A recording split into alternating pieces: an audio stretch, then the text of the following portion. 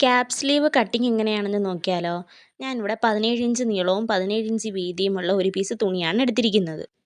Cap sleeve cut ചെയ്യാനായിട്ട് തുണി എങ്ങനെ മടക്കാമെന്ന് നോക്കാം. ആദ്യം ഈ ഒരു തലപ്പ് അങ്ങോട്ടേക്ക് മടക്കി കൊടുക്കുക. എന്നിട്ട് ഈ ഒരു ഭാഗം തിരിച്ച് ഇങ്ങോട്ടേക്കും വെച്ച് കൊടുക്കുക. കോണോട് കോൺ വരുന്ന രീതിയിലാണ് തുണി മടക്കി ഇടേണ്ടുള്ളത്. ഇനി മെഷർമെൻറ്റ്സ് മാർക്ക് ചെയ്ത് കൊടുക്കാം. 3.5 ഇഞ്ചാണ് ഞാനിവിടെ എടുത്തിരിക്കുന്ന ലെങ്ത്. തയ്യൽ തുമ്പ് ഉൾപ്പെടെയാണ് ഞാൻ 3.5 ഇഞ്ച് ഇവിടെ മാർക്ക് ചെയ്ത് കൊടുത്തിരിക്കുന്നത്. ബോട്ടം വിഡ്ത്ത് വരുന്നത് 7 ഇഞ്ചാണ്. പ്ലസ് 1 ഇഞ്ച് തയ്യൽ തുമ്പ് കൂടി മാർക്ക് ചെയ്ത് കൊടുക്കുന്നുണ്ട്. ഇനി തയ്യൽ തുമ്പ് മാർക്ക് ചെയ്ത ഈ ഒരു ഭാഗത്ത് നിന്നും മുകളിലേക്ക് ഒരു 1.5 ഇഞ്ച് ഇതുപോലെ മാർക്ക് ചെയ്ത് കൊടുക്കുക. ബോട്ടം വിഡ്ത്തായ 7 ഇഞ്ച് വന്ന് നിന്ന് ആ പോയിന്റിൽ നിന്നും മുകളിലേക്ക് ഒരു 1.5 ഇഞ്ച് മാർക്ക് ചെയ്തതിന് ശേഷം ആ പോയിന്റിൽ നിന്നും നമ്മുടെ ലെങ്തിലേക്ക് ഇതുപോലെ ഒരു ലൈൻ വരച്ചു കൊടുക്കുക. എന്നിട്ട് അതിൻ്റെ സെൻറ്റർ പോയിന്റ് ഒന്ന് മാർക്ക് ചെയ്ത് കൊടുക്കണം. എന്നിട്ട് അതിൽ നിന്ന് താഴേക്ക് ഒരു 1/2 ഇഞ്ച് ഇതുപോലെ മാർക്ക് ചെയ്ത് കൊടുത്തിട്ട് ഇതുപോലെ ഒന്ന് കർവ് ചെയ്ത് എടുക്കുക.